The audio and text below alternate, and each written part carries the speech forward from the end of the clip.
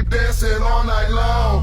You shake that, I just juice it. I love the way you move that. DJ, just play my song. We'll keep dancing all night long. You shake that, I just juice it. I love the way you move that. DJ, just play my song. We'll keep dancing all night long.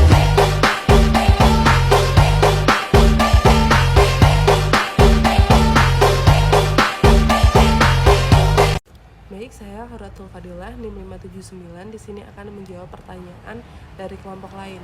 Untuk pertanyaan pertama dari kelompok 1, Febriansah NIM 164.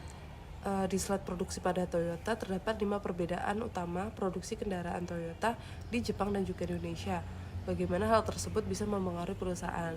Baik, tentunya di sini ada perbedaan antara Toyota di Jepang dan juga di Indonesia. Yang pertama, tentunya pasokan bahan baku, di mana di Jepang sendiri adalah pusatnya. Jadi dia otomatis yang memproduksi bahan bakunya untuk diedarkan ke negara lain atau ke anak perusahaan yang lain. Nah, sementara di Indonesia, dikarenakan di sini merupakan cabang dari Toyota di Jepang, dia harus memperoleh pasokan bahan baku itu menunggu dari Jepang atau kita melakukan impor. Walaupun seperti itu, kita tetap melakukan kolaborasi dengan pemasok agar dapat memenuhi permintaan. Nah, selanjutnya di sini regulasi, di mana regulasi ini bisa mencakup peraturan yang berlaku di Indonesia dan juga di Jepang. Tentunya kalau di Indonesia itu CC-nya itu rata-rata rendah, sementara kalau di Jepang itu rata-rata tinggi, sehingga menghabiskan bensin yang berbeda pula. Nah, kemudian ada keterampilan tenaga kerja, di mana ini pasti akan mempengaruhi produktivitas dan juga kualitas produksi. Dan yang keempat ada strategi pemasaran. Di sini strategi pemasarannya tentunya berbeda tergantung dari segmen pasarnya. Semisal di Indonesia dia lebih condong ke peminat Toyota Innova, sementara kalau di Jepang pastinya berbeda. Nah, yang terakhir ada infrastruktur dan juga logistik. Ini perbedaan yang mempengaruhi efisiensi distribusi mobil, di mana otomatis kalau di Indonesia ada namanya sistem pre-order. Jadi distribusi yang diberikan ke konsumen itu harus menunggu terlebih dahulu. Baik, untuk selanjutnya pertanyaan dari kelompok 2, Dampila Octavia Putri. Pertanyaannya, bagaimana PT Toyota mengintegrasikan teknologi dan inovasi untuk efisiensi? Baik, di sini Toyota sendiri seperti yang sudah saya jelaskan, dia itu ada 3 sistem. Yang pertama ada JIT atau Just in Time. Yang kedua ada RFID atau Radio Frequency Identification, dan juga analisis data untuk memantau dan mengoptimalkan proses produksi. Integrasi ini mengurangi waktu siklus dan juga bisa memprediksi perubahan pasar dengan cepat. Jadi semisal kebutuhannya berapa, perusahaan dapat memenuhi kebutuhan pasar. Nah, Toyota juga memanfaatkan teknologi pendukung seperti berkolaborasi dengan pemasok. Untuk pertanyaan berikutnya dari Sinta NIM 628, bagaimana agar supply chain ini bisa unggul dan menang dari perusahaan pesaing? Nah, tentunya di sini kita harus melakukan diferensiasi antara perusahaan kita dan juga perusahaan pesaing. Di sini kita bisa melakukan dengan fokus pada efisiensi operasional atau kolaborasi dengan pemasok, sehingga kita bisa memenuhi kebutuhan pasar atau permintaan yang nantinya naik atau turunnya itu bisa diprediksi. Nah, di sini manajemen risiko dan juga fleksibilitas dari perusahaan itu sangat penting. Dengan strategi ini, mereka dapat memenangkan persaingan dan menciptakan rantai pasokan yang kuat dan juga responsif. Untuk pertanyaan terakhir di sini dari Nur Cahyo 624, bagaimana apa kendala dari supply chain dan bagaimana contohnya? Nah, di sini tentunya ada beberapa kendala. Supply chain itu sangat berhubungan erat dengan SDM. Otomatis SDM lah yang akan melakukan operasionalnya atau menjalankan operasional perusahaan. Di sini beberapa kendala yang bisa ada, misalnya kayak ketidakpastian geopolitik. Misalnya kalau di Jepang ada perang, otomatis kita tidak bisa mengambil pasokan di Jepangnya, pasokan di Indonesia jadi terkendala. Yang kedua, fluktuasi mata uang, di mana nilai tukar antara Indonesia dan juga Jepang itu berbeda. Nah, dari nilai tukar yang berbeda ini, kita harus bisa menyesuaikan. Di Indonesia tuh harusnya berapa harga jualnya. Dengan manajemen keuangan yang baik, di sini pasti akan sangat bermanfaat untuk perusahaan. Nah, yang terakhir di sini ada ketidakpastian pasokan, di mana otomatis pasokan yang dimiliki oleh perusahaan Indonesia itu tergantung dengan pasokan yang ada di Jepang. Jika kita bisa melakukan impor, maka itu akan mempermudah pasokan di Indonesia, dan di Indonesia bisa melakukan distribusi mobil dengan sesuai permintaan konsumen. Nah, penting untuk perusahaan memiliki strategi manajemen risiko yang baik, termasuk perencanaan sumber daya manusia yang adaptif untuk mengatasi kendala-kendala yang saya sebutkan tadi. Saya Yesi Maudidi Putri, NIM 592. Di sini saya akan menjawab pertanyaan dari kelompok 5, 6, dan juga 7. Nah, untuk pertanyaan pertama yaitu dari kelompok 5 dari Heri Saputra, NIM 619. Pertanyaannya yaitu bagaimana PT Toyota dapat meningkatkan transparansi dan visibilitas di sepanjang rantai pasokannya. Jelaskan penerapan strateginya. Nah, di sini PT Toyota melakukan rantai pasokannya itu dengan manajemen SCM-nya, yaitu supply chain management. Di sini supply chain management mereka yaitu mulai dari perencanaan, terus penyediaan bahan baku, proses produksi sampai produk itu sampai di tangan konsumen. Nah, untuk melakukan manajemen SCM-nya, PT Toyota juga memperhatikan apa saja titik lemah dalam prosesnya dan juga biaya-biaya yang dibutuhkan untuk implementasinya.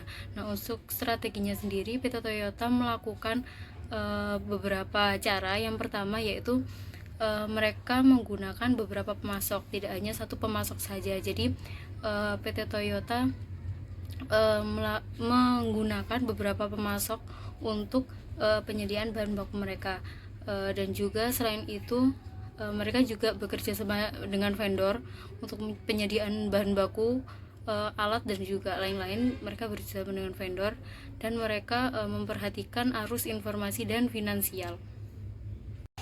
Nah, untuk pertanyaan selanjutnya dari kelompok 6 dari Putri Nur Rizky, NIM G01421021. Pertanyaannya yaitu bagaimana perusahaan Toyota menjaga keseimbangan antara standar global dan kebutuhan lokal dalam operasi rantai pasokannya. Nah, untuk di sini perusahaan Toyota mempunyai 6 cara dalam mengatur keseimbangan antara kebutuhan lokal dan juga standar global.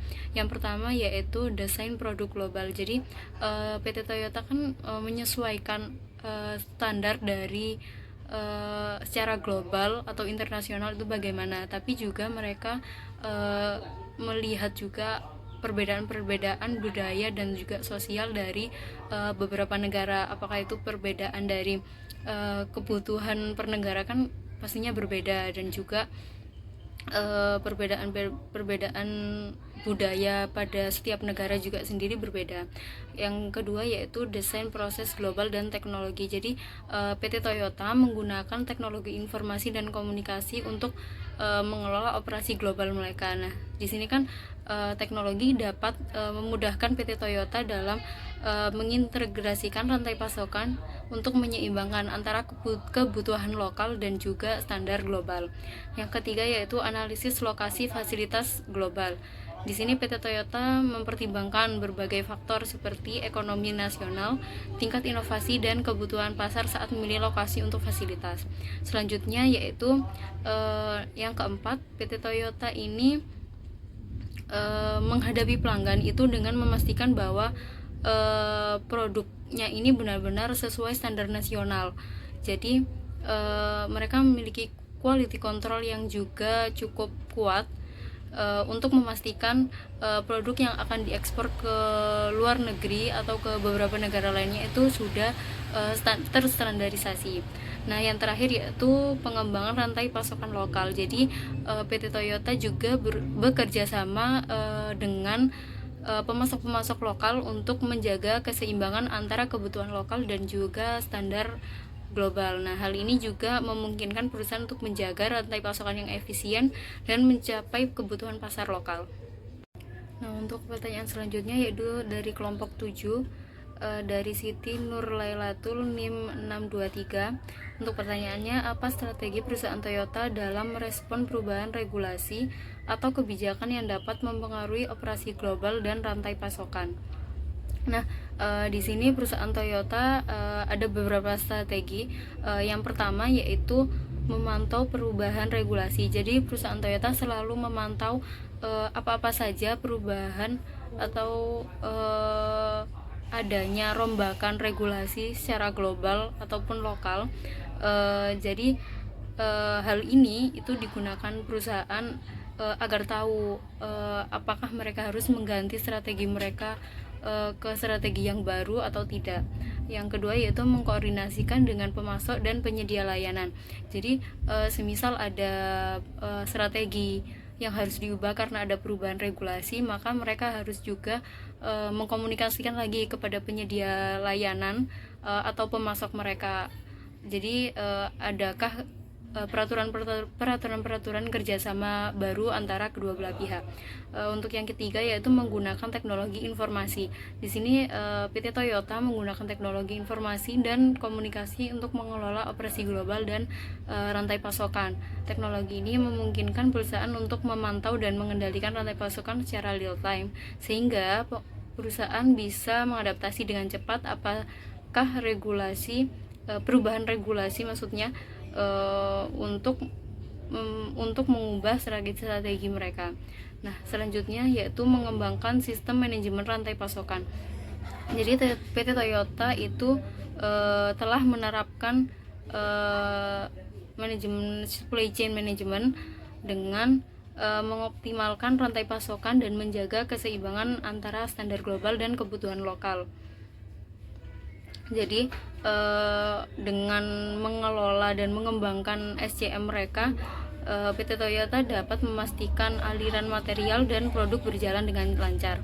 Nah, dan yang strategi yang terakhir yaitu melakukan penelitian dan pengembangan. Jadi PT Toyota selalu melakukan penelitian atau pengembangan untuk selalu update apakah ada regulasi baru atau peraturan baru yang dapat mempengaruhi strategi perusahaan. Jadi dengan melakukan penelitian dan pengembangan ini, perusahaan bisa meminimalkan resiko negatif perusahaan.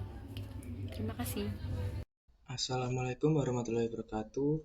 Di sini saya Agil Asmara dari kelompok 11. Di sini saya akan menjawab pertanyaan dari kelompok 8, 9, dan 10. Yang pertama ini dari kelompok 8, dari Lulu Ayu Asisah dengan NIM belakang 075. Pertanyaannya, banyak faktor atau kurs mata uang yang dapat mempengaruhi biaya operasional global. Perbedaan biaya operasional ini dapat mempengaruhi harga produk di sektor pasar yang berbeda dan juga pada kepercayaan konsumen. Bagaimana suatu perusahaan dalam tindakan operasi global mereka menurunkan biaya dan tetap meningkatkan produk atau layanan mereka dan merespon terhadap ketidakstabilan harga produk. Baik, di sini jawaban langsung saja.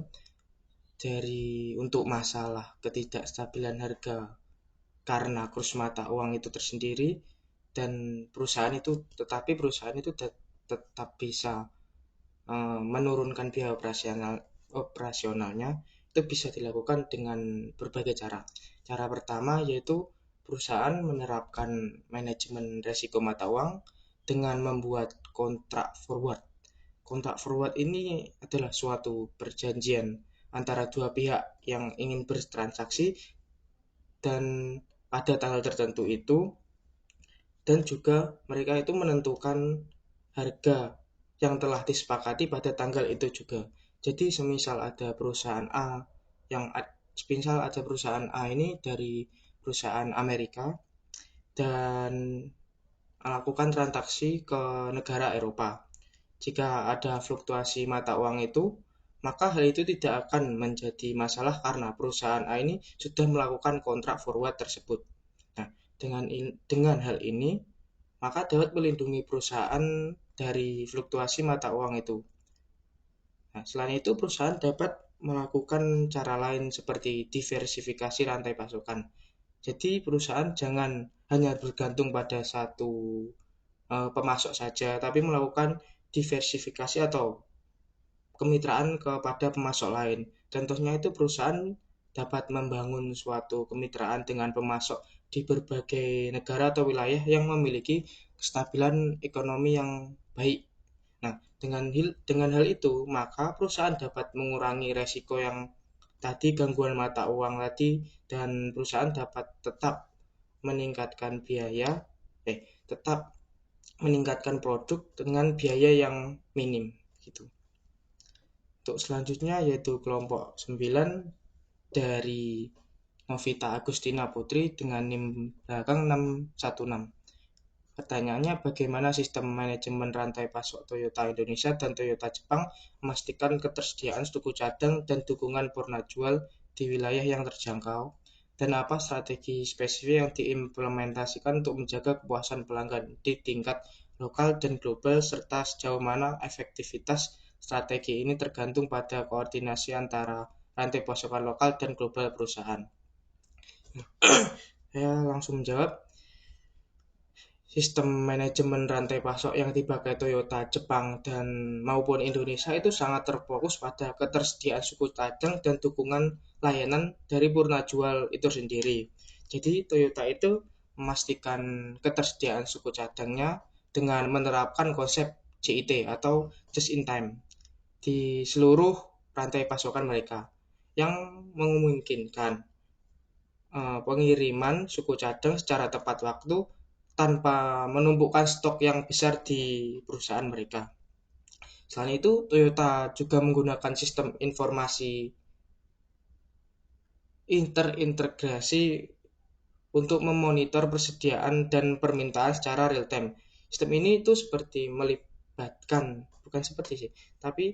yang melibatkan teknologi canggih berupa platform perangkat lunak yang dapat menghubungkan ke berbagai elemen rantai pasokan mereka itu Toyota, dan dengan hal itu maka memungkinkan respon cepat terhadap fluktuasi pasar atau permintaan pasar yang melonjak gitu.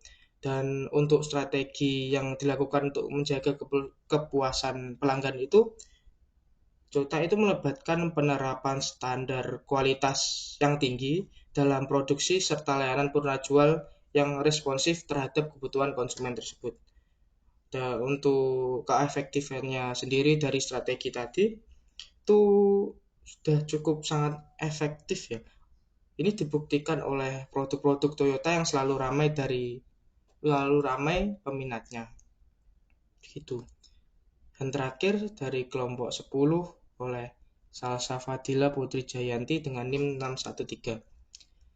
Pertanyaannya, apakah ada tantangan khusus yang dihadapi Toyota Jepang dalam menjalankan sistem distribusi global mereka untuk mencapai dealer-dealer di Indonesia? Di suatu perusahaan pasti selalu ada tantangan yang dapat menghambat keuntungan mereka pastinya ya. Nah, salah satu kendalanya di Toyota itu adalah kompleksivitas manajemen rantai pasok global yang melibatkan berbagai sektor. Itu seperti sektor pertama itu regulasi perdagangan. Jadi regulasi perdagangan di setiap negara itu pasti berbeda ya. Seperti bea cukainya berbeda, persyaratan inspeksi yang berbeda, dan ketentuan ekspor-impor yang berbeda di setiap negara. Lalu sektor yang kedua itu perbedaan infrastruktur logistik.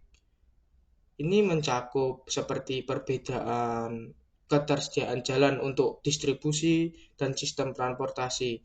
Hal ini dapat mempengaruhi waktu pengiriman dan biaya logistik secara keseluruhan.